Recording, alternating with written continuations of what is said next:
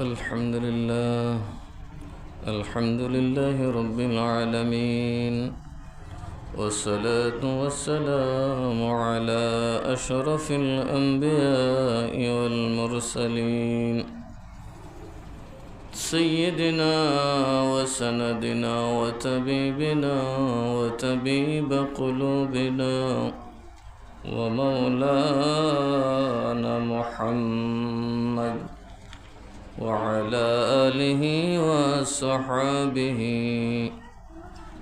وعلماء ملته أجمعين.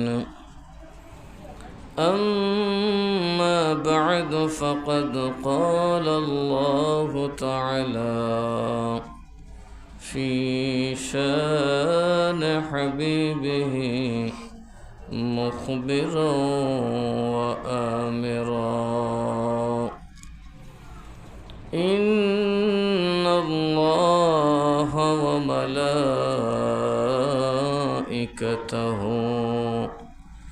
يصلون على النبي يا أيها الذين آمنوا صلوا عليه وسلموا تسليما. اللهم صل على مولانا محمد وعلى آل سيدنا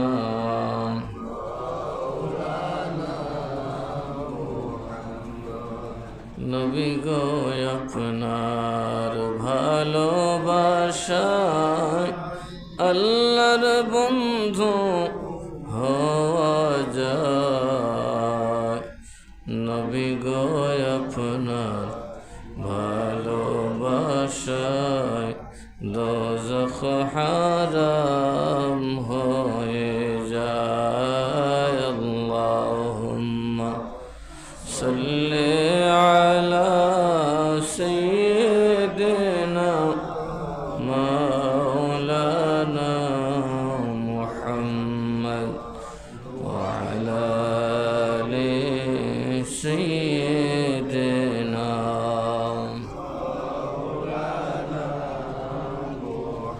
সালাতুন ইয়া রাসূলুল্লাহ আলাইকুম আসসালামুন ইয়া बना दो मेरे सीने को मदीना, निकालो बहर गम से ये सफीना। सलातुन या रसूल अल्लाह अलैकुम अस्सलामुन या أعوذ بالله من الشيطان الرجيم. بسم الله الرحمن الرحيم. يا أيها الذين آمنوا لا تقربوا الصلاة وأنتم سكرى حتى تعلموا ما تقولون ولا جنبا إلا عابري سبيل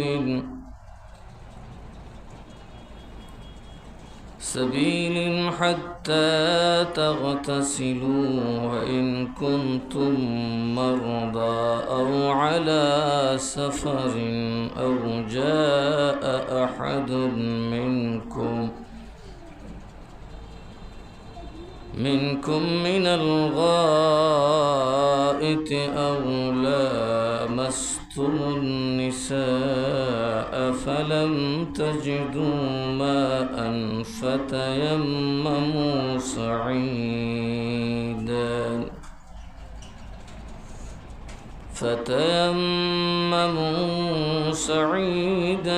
طيبا فامسحوا بوجوهكم وأيديكم إن الله كان عفوا غفور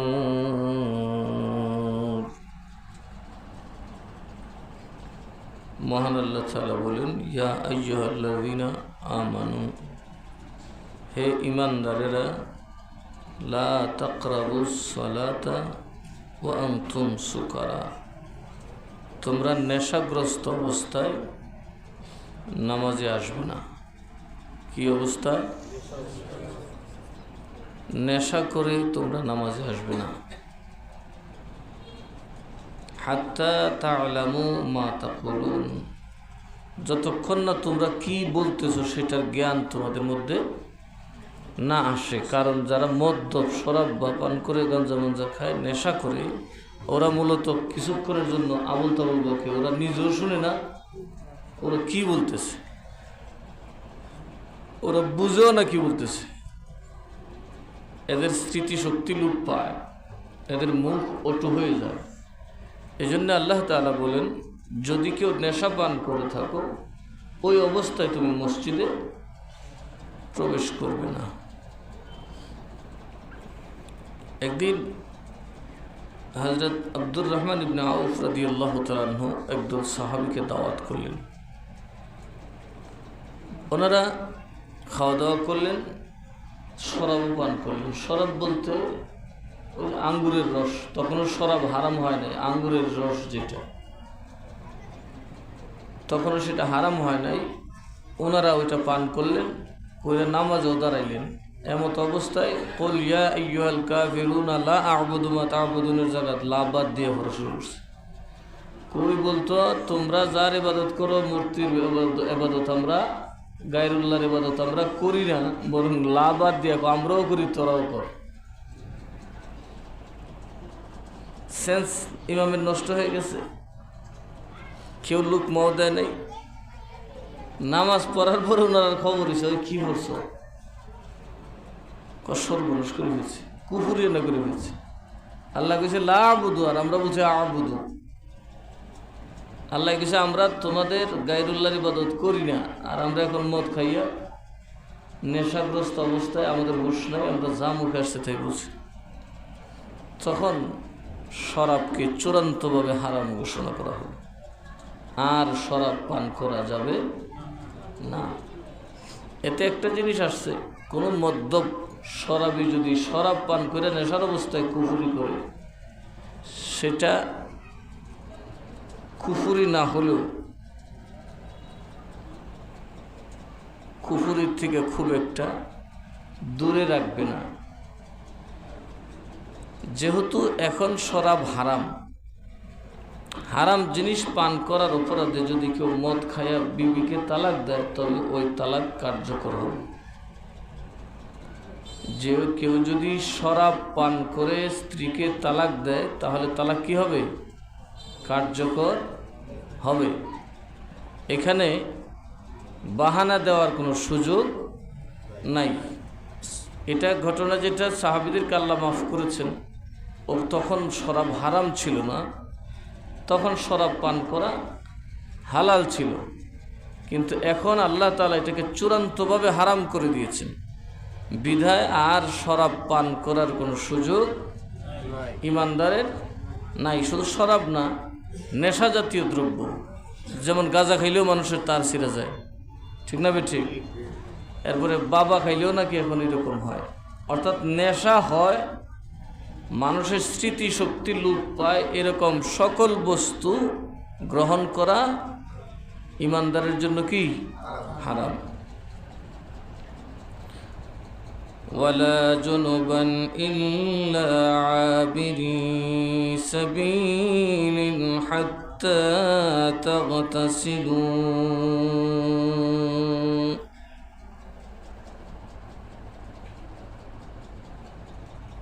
আর যারা অপবিত্র, যারা দৈহিকভাবে নাপাক, শারীরিকভাবে অপবিত্র, তারা যেন গোসল না করে নামাজে না দাঁড়ায়। গোসল না করে যেন তারা নামাজে না দাঁড়ায়। নানান কারণেই মানুষের শরীর নাপাক হয়।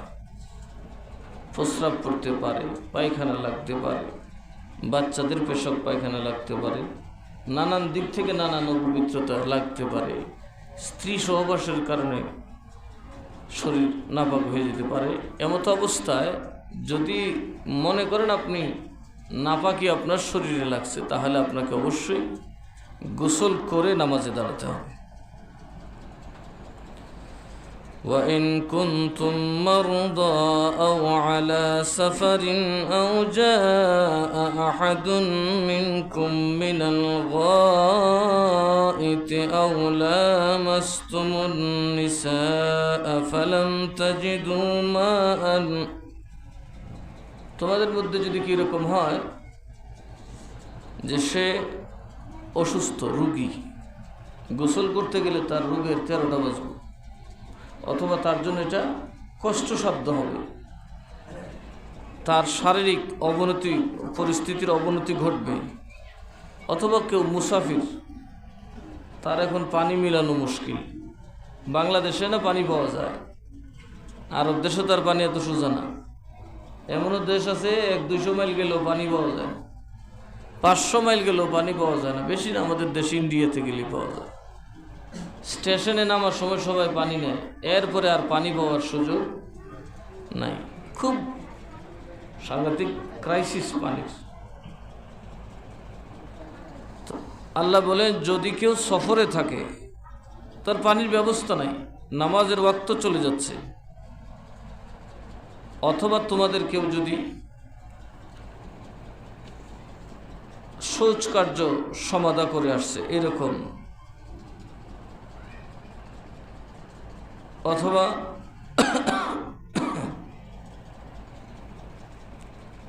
অর্থাৎ এটা হলো যারা অজু ভেঙে গেছে, অজুও নাই, তখন তুমি কি করবে? অথবা স্ত্রী সহবাস করেছ, এখন গোসলের পানি নেই, নামাজের ওয়াক্ত চলে যাচ্ছে, এই সমস্ত পরিস্থিতিতে আল্লাহ কি বলেন? ফাতায়াম্মামু সাঈদান তাইয়িবান, তোমরা পবিত্র মাটির দ্বারা তায়াম্মুম করে নাও। কি করে নাও? তায়াম্মুম করে নাও। আর সেটা কিভাবে? ফামসাহু বিউজুহিকুম ওয়া আইদিকুম, তোমরা এর দ্বারা মুখমণ্ডল মাসে করবে এবং হাত, 2 হাত ওযুতে যেমন কোলে থেকে নিয়ে ধোয়া হয় সেভাবে তোমরা মাসে করে নেবে। বাস। তায়াম্মুমের ফরজ কয়টা? 2টা। মুখমণ্ডল এবং 2 হাত কি করা? কোলে থেকে নিয়ে মাসে করা, একদম ওযুর স্থান পর্যন্ত। ইন্নাল্লাহা কানা আফুওয়ান গফুরা,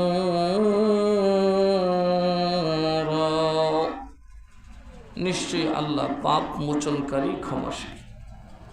আল্লাহ পাপ মোচনকারী, ক্ষমাশীল। এই যে আয়াত নাজিল হলো, তায়াম্মুমের প্রথম শর্ত হলো নিয়ত করতে হবে। তায়াম্মুমের প্রথম শর্ত কি? প্রথম ফরজ কি? নিয়ত করতে হবে।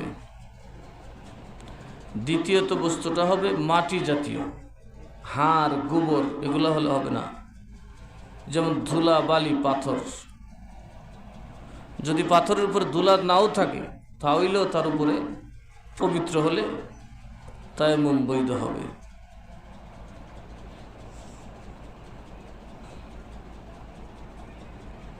তো তায়াম্মুম করতে গেলে হাড়, গোবর বা নাপাক জিনিস দিয়ে তায়াম্মুম করার সুযোগ নাই। মাটি আছে, বালি আছে বা পাথর, এগুলোর উপর হাত মারতে হবে, হাত মেরে হাত এমনি ঝাড়তে হবে যাতে করে বালি আর না থাকে, নাহলে তো মুখ সুখ নষ্ট করবে। ঝাইরে ফালা জোরে ঝাড়া দিবে এইভাবে যাতে বালিটা পড়ে যায়, এরপরে সে মৎস্য করে ফেলবে।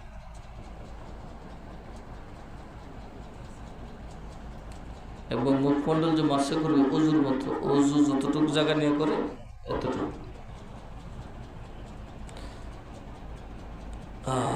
আল্লাহর কি নবীর ওসিলা আমরা কি পেয়েছি। এই তায়াম্মুম মূলত পৃথিবীর কোনো নবীর যুগে ছিল না। বনু মুস্তালিকের যুদ্ধে আল্লাহ নবী সাল্লাল্লাহু আলাইহি সাল্লামের নেতৃত্বে সৈন্যবাহিনী এমন এক জায়গায় গেলেন যেখানে কোনো পানি নাই। আবার ওখানে তারা ভাবলেন অন্যদিকে চলে যাব, কিন্তু সেখানে আম্মাজান হযরত আয়েশা সিদ্দিকা রাদিয়াল্লাহু তাআলা আনহার হার হারিয়ে গেছে। হার কি হয়ে গেছে? হারিয়ে গেছে। এখন এটা কোথায় হারাইছে কেউ পায় না। আল্লাহর নবী গায়েবের খবর জানেন কি জানেন না? এই জন্য আল্লাহর নবী সাহাবায়ে কেরামকে বললেন তোমরা এটা খুঁজো, যেহেতু আমার স্ত্রী তোমাদের মার হার হারাই গেছে, তার মানে হলো আল্লাহ আমাকে এখানে কিছু থাকার নির্দেশ দিচ্ছে। আমি হার খুঁজা লাভ নাই, আমি উম্মতের গলার হার খুললা দেই।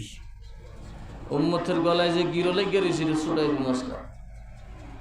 আল্লাহ নবী বললেন তোমরা যে হার তালাশ করো। হার কোথায়? হার উটের তলে। আম্মা জানের যে উট, ওই উটের নিচে গলার হার বলে দিছে। আর আল্লাহ নবী সাহাবায়ে কেরামকে দিয়ে সারা রাত খুঁজেছে। সাহাবীরা বেদম ঘুরছে যে আম্মা জানের খেদমত করা এটা তো আল্লাহর নবীর খেদমত করা, ঠিক না? ঠিক। এই জন্য সাহাবায়ে কেরাম পরিশ্রম করে সারা মাঠ ঘুরে করলেন ইয়া রাসূলুল্লাহ এখন তো বিপদ, হার তো পাইলামই না। আরেক বিপদ তো দাঁড়াইছে। কি বিপদ? নামাজের ওয়াক্ত সামনে চলে আসছে, ফজরের নামাজের ওয়াক্ত। তো মুনাফিক যারা, এরা খালি রে নামাজটা যাবো, হাই রে নামাজ যাবো, নামাজটা কেমনে ফরুন বেটা, নামাজটা কেমনে ফরুন। দেখবেন এইরকম কাজচর্যার বেশিরভাগ মুনাফিক আছে না আমরার মধ্যে। এরকম কিছু নামাজ যেতেছে, আরে বেটা তোর নামাজ গেছে তুই অস্তুস্তি কে মানুষের কাছে ক্যানভাস করস কে, এরকম আছে না নাই? এই মুনাফিকের দল যায় এরা কয় হাই নামাজ পড়ো। মানুষেরা যায় কি দুর্বল নবীর সাহাবী আছে না, এরা গিয়া কই নবীটা বলে গায়েব জানে, নবী জিব্রাইলটা ডাকদা কইলি তুই জিব্রাইলে বাইর করে দিলা, আল্লাহরে কইলে বাইর করে দেওয়ার লাগে, নবীর হার আবার কেউ বাইর করে দেওয়ার লাগে। যে ওয়াহাবির কাছে কথা কনা নবী ডাক দিয়ে লিয়া ওই যে আমরা ওয়াহাবিরা কয় নবী যদি গায়েব জানবো তো দাঁত বাংলো করে, নবী যদি গায়েব জানবো তো হুসাইন বসাইল না করে। এই মুনাফিকের দল নবীর দলে থাইকা এই নরম সাহাবি সবের কাছে জানা সর্তা ফেরাই হতো। দুর্বল সাহাবি আছে না গরিব, এরাতে যায় কিরে, হ্যাঁ এটা একটা কথা হইল। নবী চাইলে তো বের করতে পারে। নবী না জঙ্গলের রুটের খবর জানে, নবী না কেডা মুনাফিক কেডা মোমেন জানে। তো নবী হার এটা বের করে লিও, নবীর না ক্ষমতা আছে, নানান ধরনের বাজে ফেললাম শুরু করছে, বাজে কথা শুরু করছে। এই নিরীহ সাহাবীরা গিয়া হযরত উমরের কাছে কইছে। হযরত উমর এক তরবারি লয়ে গেছে, কেডা কেডা কইছস রে? সুবহানাল্লাহ কইতেন না? তোরা কারা আয়, আমি একটা একটা করে কাটলাম, মাথা কাটলাম। তোরা ঈমান নাই। নবী যেখানে আছে সেখানে নামাজ নিয়ে টেনশন করার দরকার নাই, কারণ নবী যেমনে খুদার দিন তেমনে। কিরে নবী আছে জায়গা তোর কি টেনশন? মাতবর বাচ্চা নামাজ পড়বি না পড়বি, নবী তুই কইব নবী দুজো হয়ে গেল, আমরা দুজো হয়ে যাবো না। যা নিশ্চয়ই আল্লাহর নবী এখানে এই কাজ করছেন, আমাদের কপালে কোনো সৌভাগ্যের চাঁদও দিতে হবে। মুনাফিকরা তুমি খালি কিচ্ছুলি চোখটা গরম করে আয়ো, নামাজটা যাইতেছে গামিয়া, আমরা যে বলছিলাম জায়গাটা তাড়াতাড়ি যাই কে, তো হার ফাইলে ফাইলাম না ফাইলে নাই। আজকে একটা হারের কারণে হাজার হাজার নবীর উম্মত দুজো হয়ে যাবো। তুমি উমর খালি কিচ্ছু লই সব বুঝা নবীর হক করে এলো। আমরা কি নবীর বিরুদ্ধে কথা কইছি? আমরা হক কথা কইছি? আমরা তো নবীর বিরুদ্ধে কিছু বলি নাই। আমরা বলতেছি আমরা সিদ্ধান্তটা মাইনা নিলে ভালোই তো, কিন্তু কথাটা মানা হইল না, আমরা কথাটা 2 পয়সার দাম দেওয়া হইল না। এরকম আছে না নাই? হ্যাঁ আজকে এখন নামাজটা যাইতেছে গা, এখন নামাজের কি হইব? হায় হাই রে, এক ওয়াক্ত নামাজ গেলে 2,88,00,000 বছর দুজক। আয় হাই রে, উজুর পানি ভাই কই, তাই কি করুম, কেমনে যামু, তারা বেহুশ। হজরত উমরের দাওয়া খায়া লাগছে গন্ডগোল। হজরত আবু বকর রাদিয়াল্লাহু আনহু গেলেন, যায়া শুনে এই কথা, এরা আম্মাজানের দোষাইতেছে। কারে দোষাইতেছে? হ্যাঁ, মহিলা একটা আকল ছাড়া মহিলা, রসুলের সাথে থাকে, রসুলের ওজন বুঝে না, রসুলের দায়িত্ব বুঝে না। হ্যাঁ, একটা মহিলা, উনি হারাই গেল, এটা যেটা আমরা খাচ্ছি। এইসব বলার প্রেক্ষিতে হযরত আবু বকর রাদিয়াল্লাহু আনহুর মনে কষ্ট গেল যে আসলেই তো আমার মেয়েটা আমার রসুলকে কষ্ট দিচ্ছে। আমার মেয়েটা যদি আজকে এই জায়গায় হাতটা না হারাইতো, এই মুনাফিকের বাচ্চারা আমার রসুলকে কথাটি শোনাইতে পারতো না। উনি একটা বাঁশ লিছে, মাইয়ারে মারব। কারে মারব? ওনার গুসা উঠছে মেয়ের উপর। এই বাঁশ লইয়া নবীজির তাঁবুর ভিতরে ঢুকছে, ঢুকে যায় দেখে আম্মাজানের কুলো আল্লাহর নবী গোয়ে দিছে। সুবহানাল্লাহ। কুলের মধ্যে মাথা দিয়ে রসুল শুয়ে দিছে, আর আম্মাজান মাথাটা বানিয়ে দিতেছে। হযরত আবু বকর, কারি বাবা কির ভিতরে কি, আমি রাগ করছি, আল্লাহর নবী তো দেখে আমার মাইয়ার কুলো ঘুমাই দিছে, নিশ্চয়ই এর ভিতরে কোনো দয়ার নজর আছে, ঠিক না বেটি? এরপরে ওনার গুসাড়ো উনি সামলাইতে পারছেন, আল্লাহর নবীর সামনে কি করবো, বাড়িতে দিতে যেত না, পিছিয়ে থেকে গুথা মারছে, মাইয়ারে গুথা মারছে, গুথা দিয়ে আজকাল তোর কারণে আমার নবীর সামনে। আল্লাহর নবী হাসতেছে, আমার আবু বকর আমার জন্য কি পরিমাণ পাগল। এখন ফজরের রক্ত হয়ে গেল, তখন কিন্তু তায়াম্মুমের মাসলা নেই, ওযু ছাড়া পাক হওয়ার কোনো ব্যবস্থা বা ওযু ছাড়া নামাজ পড়ার কোনো ব্যবস্থা ছিল না। সাহাবায়ে কেরাম চুপ করে বসে রয়েছে। আল্লাহর নবী যদি আজকে 10টার সময় নামাজ পড়ে, বেটা মগাগল বইয়া থাক, আমরাও কালকার থেকে ফজর রক্ত 10টার সময় নামাজ পড়ব। নবী যখন কথা কয় না, আমরা কথা মুখে, আল্লাহর রসুল যেখানে আছে, রসুল যা আনে তাই দিন। তো রসুল ওযুর বিধান না পাইলে আমরা নামাজ পড়ব কেমনে? রসুল যখন পড়বো আমরা তখন পড়ব। বইটা সাহাবায়ে কেরাম নিশ্চিন্তে বসে রয়েছে। আর মুনাফিকটি যা বদনাম করতেছে, হ্যাঁ নবী গায়েব জানে না, গায়েব যদি জানতো, হ্যাঁ একটা হারবার মৃত্যুক্ষণ লাগে, জিব্রাইল ডাকলে পারে, এরে ডাকলে পারে, এরে ডাকলে পারে, দুনিয়ার কথা কথা যেটা ও অবিরাম করে শোনায়। হ্যাঁ, হ্যাঁ তেন নবী না বলে নবী, তাই না বলে আল্লাহর সাথে কথা কয়, তাই না বলে এন করে তেন করে, দুনিয়ার কথা কওয়া শুরু করছে। যখন ফজরের সময় প্রায় শেষ হয়ে যাবে, আল্লাহ কয়, জিব্রাইল আজকে কিন্তু বেশ লাগছে, আমার হাবিব যদি নামাজ না পড়ে তো আমার হাবিবকে তো আর দুজখে দেওয়া যাবে না। দেখ ফজরের নামাজ সকাল 10টায় বানায় বইতে, তাড়াতাড়ি কাজ কর, আমার হাবিবের দরজা আরেকটা খুলে দেয়। আমার হাবিবের উম্মত জাহান্নামে যাবে না, নামাজ পড়তে অক্ষম হবে না। আমি তাদের জন্য আমার দয়ার আরেকটা সহজ পদ্ধতি খুলে দিলাম। সেটা কি? তাদেরকে যে বলো, তাদের নিচে যে মাটি, ওই মাটিতে হাত মেরে হাত মুখে এবং হাতে মাসে করে নিতে, এর আগে নিয়তটা পাক্কা করে নিতে। যাও, আমি আল্লাহ তাদের জন্য পানি নাই, অজু মাফ করে দিলাম, তায়াম্মুমের ব্যবস্থা করে দিলাম। আজকে যদি আল্লাহর নবী হাড় মোবারক হাড় বের করতেন, এই মশালাটা আসতো। তো বেমারির অবস্থা কি? যারা বিমারি, যারা বয়োবৃদ্ধ, পানিতে হাত দিতে পারে না পৌষ মাসে, সাথে সাথে অ্যাজমার সমস্যা হয়ে যায়, শ্বাসকষ্ট হয়ে যায়, তারা কত ওয়াক্ত নামাজ না পড়ে মরত। তাহলে আল্লাহর নবী হাড় বের না করার দ্বারা প্রমাণ হয়েছে নবী জানে আল্লাহর কাছে সেই সুযোগ আছে। আজকে হাড়ও বের করতাম না, সুযোগও ছাড়তাম না, তোরা যাইস না, এই খালি মাঠে এক উসিলা পাইছি, এই উসিলা লিয়ে বইতাম। আল্লাহর নবী সবাই বলছে যে ময়দান ছাড়তে হবে, এখানে উজুর পানি নেই, আমরা মদিনার কাছাকাছি চলে আসছি, আমরা একটু গেলেই কিছু পানি পাওয়া যাবে। আল্লাহর নবীকে হাড় যখন আর যাইতাম না, হাড় খুঁজতে থাক, আর তায়াম্মুমের মসলা দিল। না সুবহানাল্লাহ। বরং এটা নবীর গায়েবের খবর না জানা নয়, জানার খবর, যে নবী এর বড়টা জানেন। পরের দিন উট উঠছে, উটের নিচে হাড় হয়ে গেছে। আসলে আমাদের প্রতি যে আল্লাহ তাআলার কত রহমত, কত দয়া, এটা একটা প্রমাণ যে যদি আপনি গোসল করতে অক্ষম হন, শারীরিকভাবে অপবিত্র, আপনি যদি গোসল করতে অক্ষম হন তাহলে আল্লাহ তাআলা আপনার জন্য সুযোগ দিয়েছেন, আপনি শুকনা মাটিতে হাত দিয়ে সেই মাটিটা ঝেড়ে এইভাবে ঝেড়ে ফেলে আপনি হাতে এবং মুখে মাসে করে নেবেন। আল্লাহ বলেন আমি তোমার সমস্ত নাপাকি দূর করে দেব।